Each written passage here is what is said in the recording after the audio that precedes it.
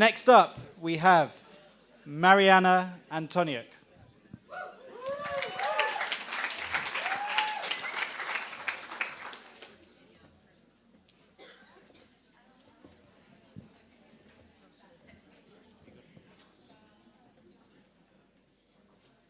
Good night. My name is Mariana. I'm from São Paulo, Brazil. So you can see that English is not my first language, so be patient, please. I choose to talk about education because education is my passion. It's what I love to do. It's with what I work. And here I'm in the Tikunolam program, working with teachers and with kids in education. I really agree with Mandela when he said that education is the most powerful weapon which we can use to change the world. I'm gonna tell about experience that I had in Mozambique. The concept of this research that I done was a research that I developed. I will explain for you. It's from Paulo Freire. I don't know if someone heard about him. He's from Brazil. He was from Brazil, but this is a quote that really helped me in all this journey, that no one educates anyone else, nor do we educate ourselves. We educate one another in communion, in the context of living in this world. So what's the context of my research and my life experience? Mozambique is there. It's in Africa, for who don't know. It's one of the most poor countries in the world. They were colonized by Portugal, so they speak Portuguese. And Brazil speaks Portuguese. So how is the context? You can see there, it's like one of the schools, the entrance, but a lot of schools is only have a tree, and the teacher teach in the tree for the kids. And here was what I done.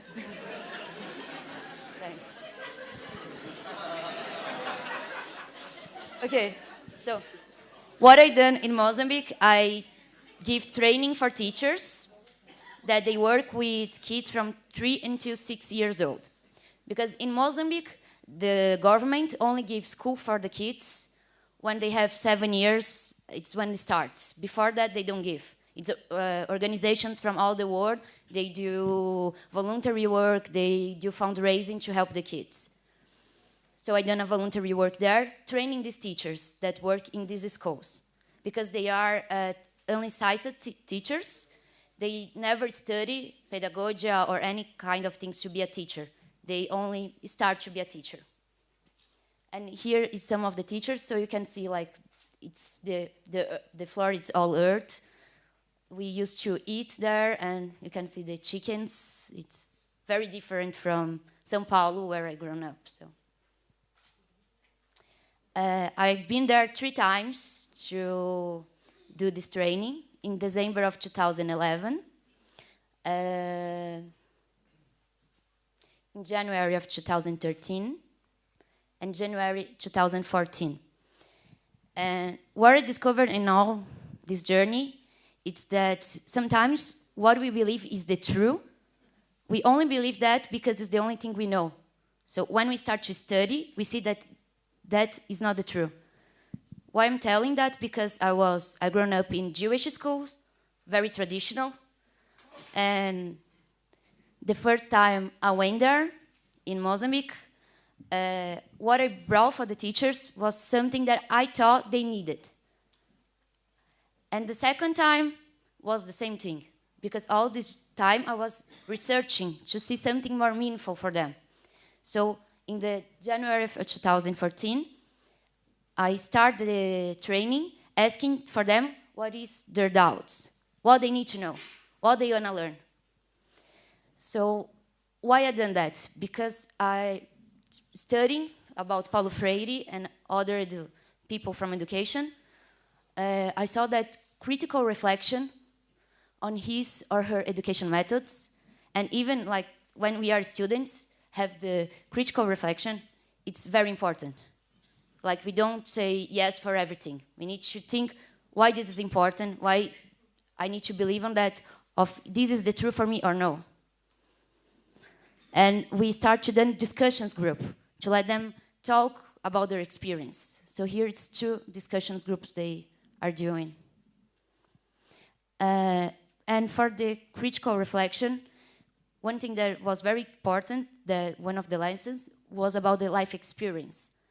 So I asked them, when they were students, the things they used to love and like, the teachers used to do with them, and what they didn't like it. And then we start to think, as teachers, what they do with their students, that they didn't like it, their teachers done with them. Understand? Okay.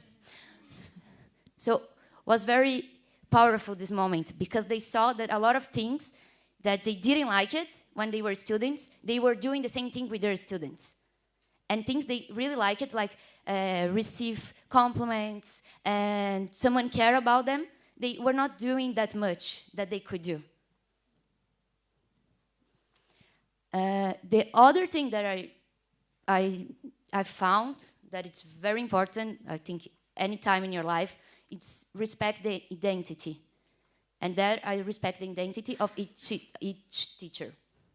So, and respect the place. Because Mozambique, they don't have the same research that I have in São Paulo, or I think everybody here had in your school. Like, in the schools, they don't have balls to play soccer, to play anything they could.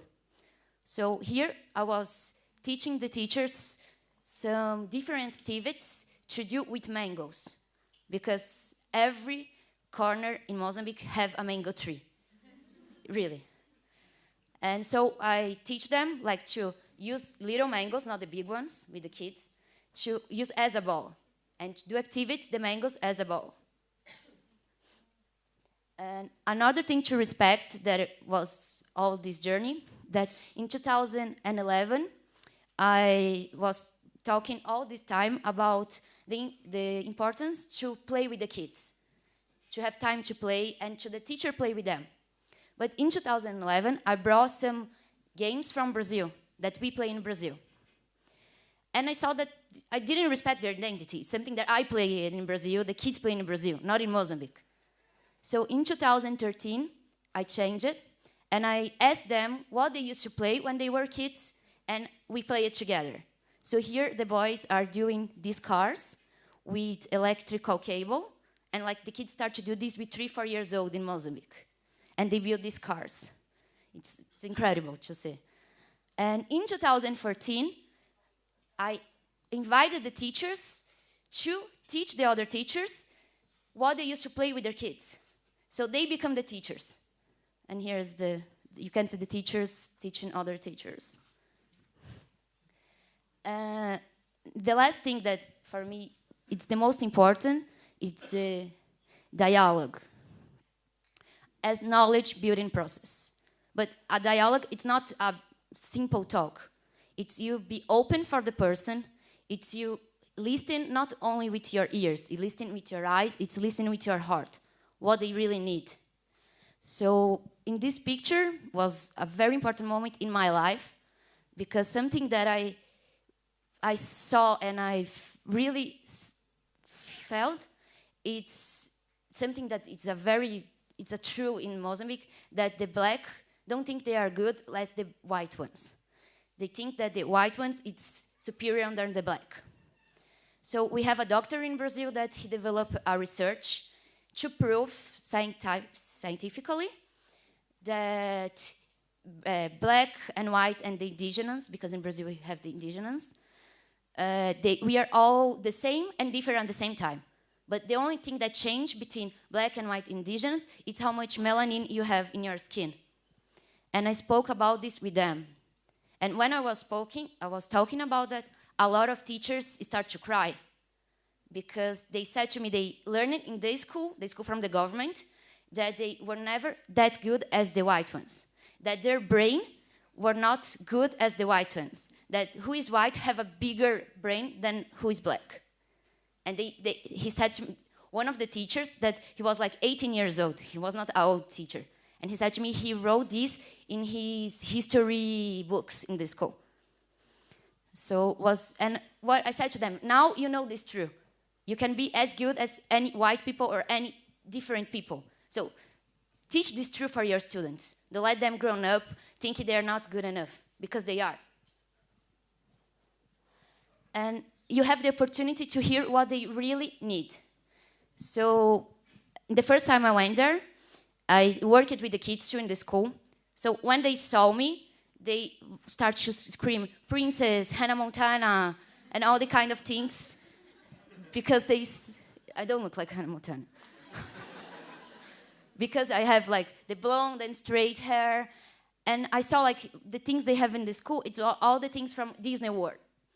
And I remember when I was a kid, I have a sister that her skin is darker than mine, her hair is darker than mine, and she always liked the princess with dark hair, like Jasmine and Pocahontas. Is Pocahontas? Yeah, okay. And I always liked the blonde princess, like Cinderella and Sleeping Beauty, because I was blonde and she have the dark hair. And then I saw these children, they think they can't be princess because they don't have a princess they can recognize themselves. Today we have one black princess in Disney. There is from The Princess and the Frog.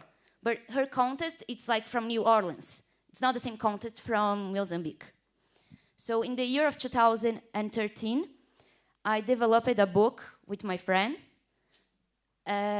talking about a princess from Mozambique. So I wrote the book, and me and my friend, we done the illustration together. And when we travel, when I went there, I done a fundraising from one school. They helped me to print one book for each school. And there you can see one of the pages is in Portuguese. It's the queen with the daughter that was the princess when I was a baby, and then she grown up. And I wrote this for the kids there when I was. And when they saw, they start like, it's like me. My mom used to carry me like that. Like, I can be this princess. And here's me and one of the teachers holding the book. So I really agree with Mandela when he said that education is the most powerful weapon to change the world. But Paulo Freire says something that education does not transform the world. Education changes people. People change the world. So we can change the world. We only need to believe and decide to do something and give the first step. Then everything, and have the brave to continue and never give up.